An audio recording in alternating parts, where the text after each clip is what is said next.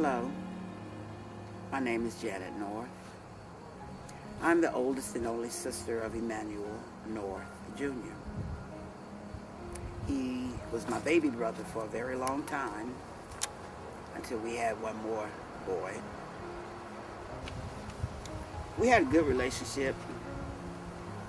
You know, brothers and sisters are going to have their issues always, but he was a good guy. Well, he is a good guy. He just had a soft heart. Got pulled into some things that he shouldn't have been in. But he was still a good guy. When the incident happened, I had been at work. And when I got off work, I had the funniest feeling. I called my mom, didn't nobody answer the phone. Called my brothers, didn't nobody answer the phone. And I figured something was wrong because when you're as close as a family as we were, you feel things.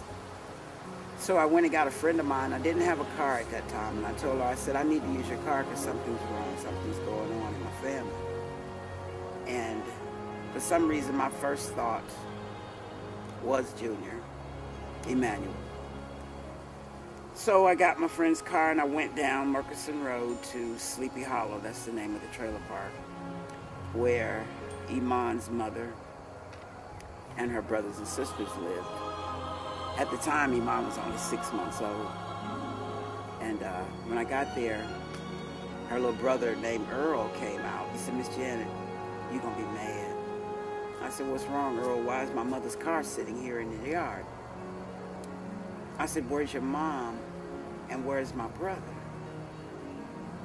He said, Mama's gone across to another trailer or somewhere and they took Junior in the ambulance. I said, for what? And he said, because he got beat up. I said, where's Iman? And he said, Iman is in the house with the other kids. So he said, you're going to be mad with my mom? I said, for what, Earl? He said, because they took Junior to the hospital. I said, okay. At that time, I went up to Cape Fear. When I got up there, I saw everybody.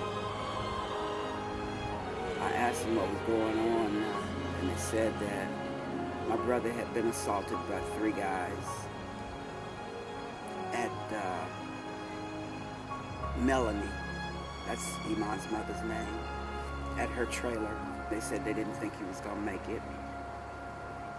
They wouldn't let me in to see him. My mom and my dad came out.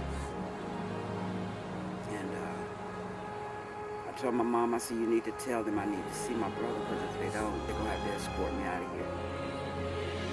So we had to sit around a while. Sit around a while. Waiting. Finally, my mom got permission for us to go out here and see him. What had happened was he was assaulted by those 3 guys because the young boys were dope dealers and he refused to buy any product from them and they wanted his money. So 3 of them assaulted him. They beat him by his head with asphalt from the street in Sleepy Hollow. Covered his head up with a trash can, a city trash can, and left him there. When I finally got back to see my brother, it was really a scary sight because we didn't know really if he was going to make it or not. All of his injuries were about his head. He had no bruises below his shoulders. They meant to kill him. His head trauma was so bad. And the doctor said he really think him being under the influence saved his life. He really did because he had been drinking. When they got him situated and everything, I told my mom we got to go get him. My mom and my brother had custody. She'd been living basically with my mom and my brother because my brother wanted her. Her mom said, well, you wanted a girl, you wanted a baby for me, so this is your baby. And she was our baby. Still is. So when we finally got out of there that evening, going into the morning, we went over there and got my mom's car. Police went with us, of course. Stepped up to the trailer and knocked on the door. She came to the door with the kids. My mama said, where's Iman? She said, she's in the house. I said, well, you need to get her then. She was a little hesitant, and I proceeded to go up in the trailer, but the police stopped me. I told her, get my brother's daughter, because right about now, you're not in a position to do nothing but comply. We got Iman, got my mom's car, went on home, rested, and went back up to Cape Fear Valley.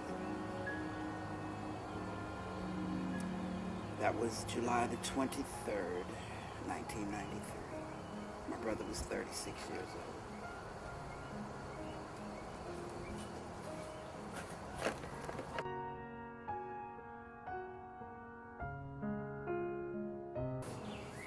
I'm Shirley North, Emmanuel's mother. Emmanuel was a kid that was outgoing, always liked to eat. When he was in school, he enjoyed sports. He was my third child. He was born in 57 and his brother was born in 67. So he was a baby, a mama's boy all his life just about. He played football and played it very well. He graduated from high school. He went 1 year in Tennessee, and then he joined the Army for 3.5 years. He got out as a sergeant. He was pretty much a good person. And this happened to him in 93. He was living with me with his daughter. One night a lady called and said, Miss North, do you have a son named Junior? And I said, yeah. She said, you need to go to the hospital as soon as possible. His father and his brother and I went to the hospital. They took us in a room where you usually take people when they can't go in the back. So his father and his brother went in the back where he was. And they came back and said, I couldn't go. I didn't understand then, but later I did. He stayed in the hospital in intensive care for about 2 months. It was hard, and it still is hard. He can't walk, he can't talk. He has a feeding tube and a trach. He can understand some things, but he has delayed entrance. You have to give him like 2 or 3 seconds for it to get in his head. And he knows how to poke his lip out when he gets mad. He loves his children. He knows how to tell Iman to point his finger and tell her, no, you don't like it. Now he'll play ball with me a little bit. But he won't ever be Emmanuel again. Not the Emmanuel that he was when it happened to him. And he knows he has brain injury. He knows when I'm mad, or he knows when something gets on my mind.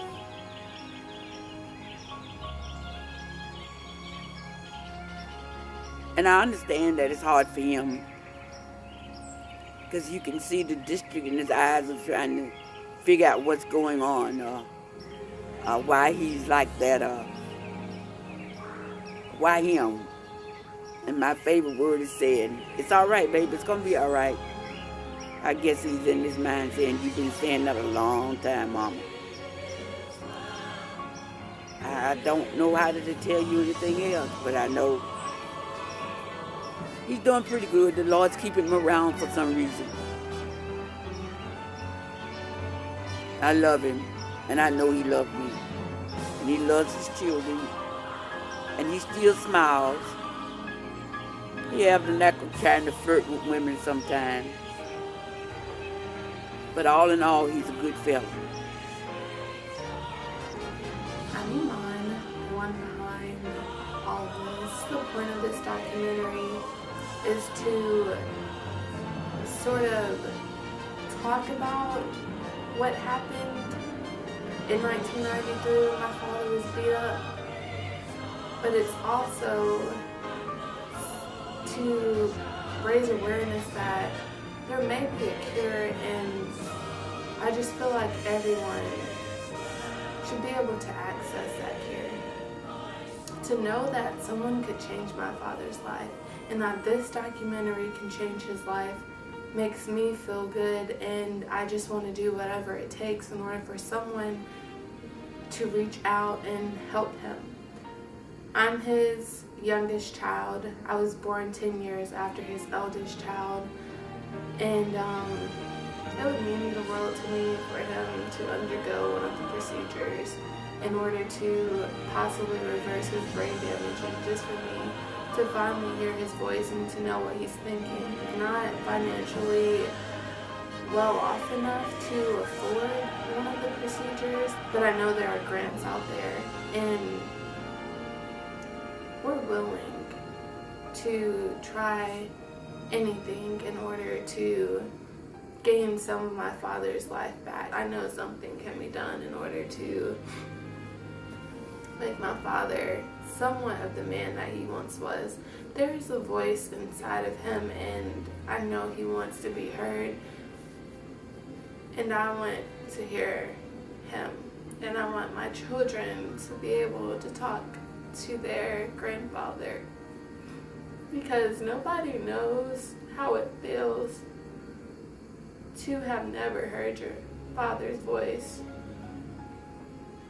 and to grow up without either of your parents present.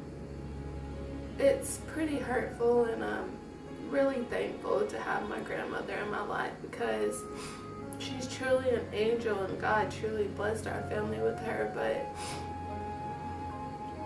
I just know that there is a cure, and no cure should be unreachable for a family that wants it so bad.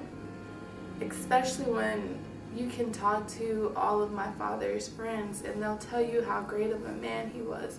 They'll tell you that he would give you his last dime if you needed it. No man like that should have to suffer, and there's just so much pain in our family. And I know one day someone will reach out to us and offer to entertain the possibilities of there being a cure, and they will help us get within reach of that cure. Right now, I'm not sure what the next step is with this documentary. I'm not sure what's going to happen with this documentary, but I know at some point a doctor will be watching this. And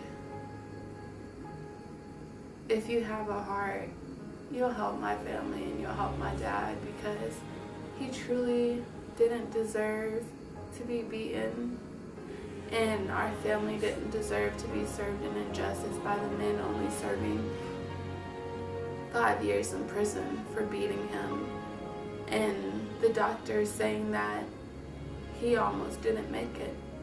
I'm just hoping that someone will see this and it will touch someone, and we can finally get the miracle that we've been praying for.